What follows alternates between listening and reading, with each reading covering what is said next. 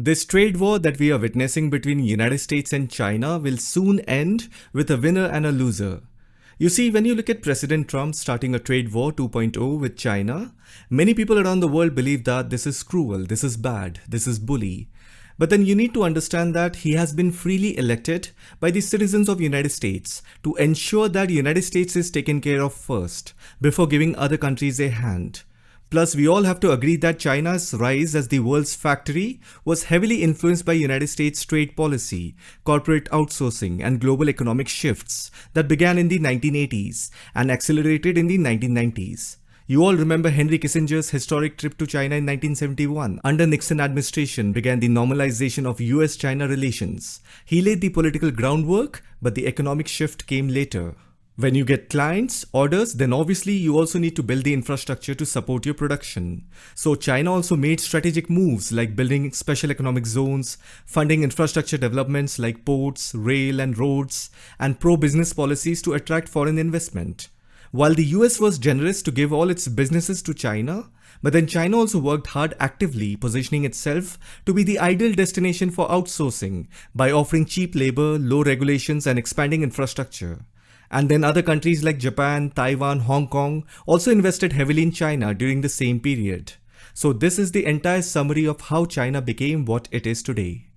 Now we all know that when something rises, it eventually falls. What goes up can't keep going forever. There is no such thing as endless growth. We have now entered the era of global supply chain shift. United States is trying to decouple from Chinese manufacturing, encouraging production in countries like India, Mexico, Vietnam, and bringing some industries back to the United States like tech, semiconductors, defense. Now you will find plenty of Chinese sympathizers on the internet who argue that America is being unfair. They say imposing a 245% tariff on China is almost like punishment. And then you must have also seen how China runs its own propaganda, calling America a bully. They even made AI-generated videos showing American citizens as physically weak and unfit to work. You must have seen videos of Chinese mobile phone farms. It is an example of how technology can be exploited for fraudulent purposes.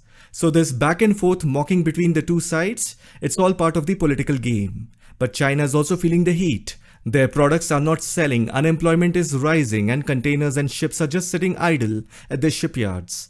Out of desperation, China started sending goods to Southeast Asian countries to repackage them and sell as non-Chinese. But the US caught on and introduced anti-transshipment laws to stop it. On the other hand, the American economy is also facing problems. Sure, the US might have old stock in reserve, but how long will that last? Sooner or later, it will run out and prices will shoot up. So if you look at it closely, both the United States and China are standing face to face. And the real question is, who blinks first? Who comes forward to talk and agrees to a deal? Or to put it simply, whose nerves will crack first?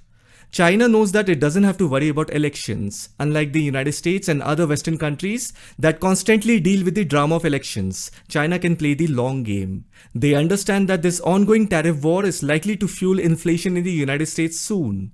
Prices will go up, daily essentials will become more expensive, and American citizens will start feeling the pinch. As life gets harder, people will start questioning President Trump and demand answers. This could even lead to widespread dissatisfaction or unrest. China has already factored all of this into its strategy. At the same time, the US government is fully aware of the pressure on China too. Since their products are not selling as much, especially in low-tech, low-margin industries like cardboard packaging, lighting parts and furniture, they are struggling. Orders are getting cancelled, factories are sitting idle, job losses are mounting, and some companies are shutting down. For these small businesses, shipping costs and tariffs have become higher than the actual value of the goods, which means they are operating at a total loss. In fact, 60% of Dongguan's mid to large business depends on exports, and now many are desperately trying to divert their products to the domestic market. But even at home, people are saving more and spending less, which is further hurting demand in China. So the small businesses in China are slowly losing ground, and the big ones are leaving the country. That is why we saw Xi Jinping giving motivational talk to the tech industry of China, asking to spearhead and gain edge over the AI race. Meanwhile, the US buyers are shifting production to countries like Vietnam and India, where it is cheaper and tariff-free. As a result, Chinese companies are losing their pricing power, and the market competition has become a matter of survival, literally life or death for many. And the big multinational companies like Apple, Google, Tesla, GE and Ford are moving their manufacturing permanently to India and other countries.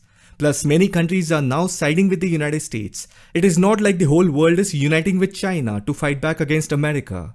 That's just not happening. And realistically, it will probably never happen. So the big question is, can the US survive without imports?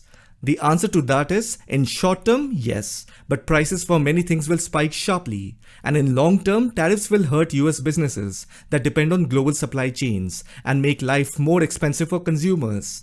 Eventually, America will have to adapt, either by rebuilding its domestic industries, which will take time and money, or by shifting its trade partnerships elsewhere. And we are already seeing all of this happening. Many countries have taken advantage of US subsidies and open markets to build strong export-based economies over the decades. The US kept its market open, allowing other countries to export freely. It subsidized certain industries like agriculture, which kept food cheap and allowed consumers to spend on imports. The US focused on innovation and finance, outsourcing most low-cost manufacturing. And now after Trump's elections, we are seeing a major shift in United States trade and industrial policy, which is aimed at reversing decades of dependency on foreign manufacturing, especially from China. So if you look at it, there is really no problem here. The US is simply making big changes for its own country and its own people. And the problem for China is that it is questioning why change something that has been working for the past 30 years. Basically, China has gotten used to the comfort. But like I said earlier, growth can't go on forever. What goes up can't keep growing up. Other countries also deserve a chance. And there are many nations that might even outperform China in the future. Plus, America has to look after its own strategic interests too. You can't just keep feeding the dragon only for it to turn around and breathe fire on you someday. The US government is maintaining secrecy and lack of transparency. The White House refuses to confirm whether any trade talks with China are even happening. And this silence is causing market instability and anxiety. Meanwhile, China is trying very hard to diversify their exports by building strategic ties with European Union, Japan and Southeast Asia.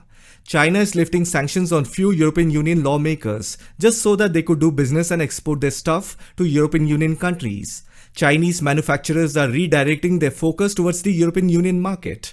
However, the European Union is also cautious about becoming a dumping ground for surplus Chinese goods. Even Europe has to protect their industries. Same with Japan and India, especially steel manufacturers. No country wants to become a dumping ground for China's excess products. On the internet, you will find more Chinese sympathizers and American critics. Information warfare is real. China actively tries to influence online narratives using social media, bots and propaganda accounts. They push content that shows China in a positive light and criticize the US government and Trump. This level of criticism never happened when Democrats used to be in power. In open societies like the United States, people are free to criticize their leaders. That is why you will see more open hate or support for people like Trump or Biden. In China, public criticism is heavily censored, so you won't see any open anti-government content from within China. Instead, pro-China content is often pushed outside through controlled or fake accounts. So this is the real game. Who will blink first? Soon there will be a winner and a loser. I hope you found this video informative. I'll see you in the next one.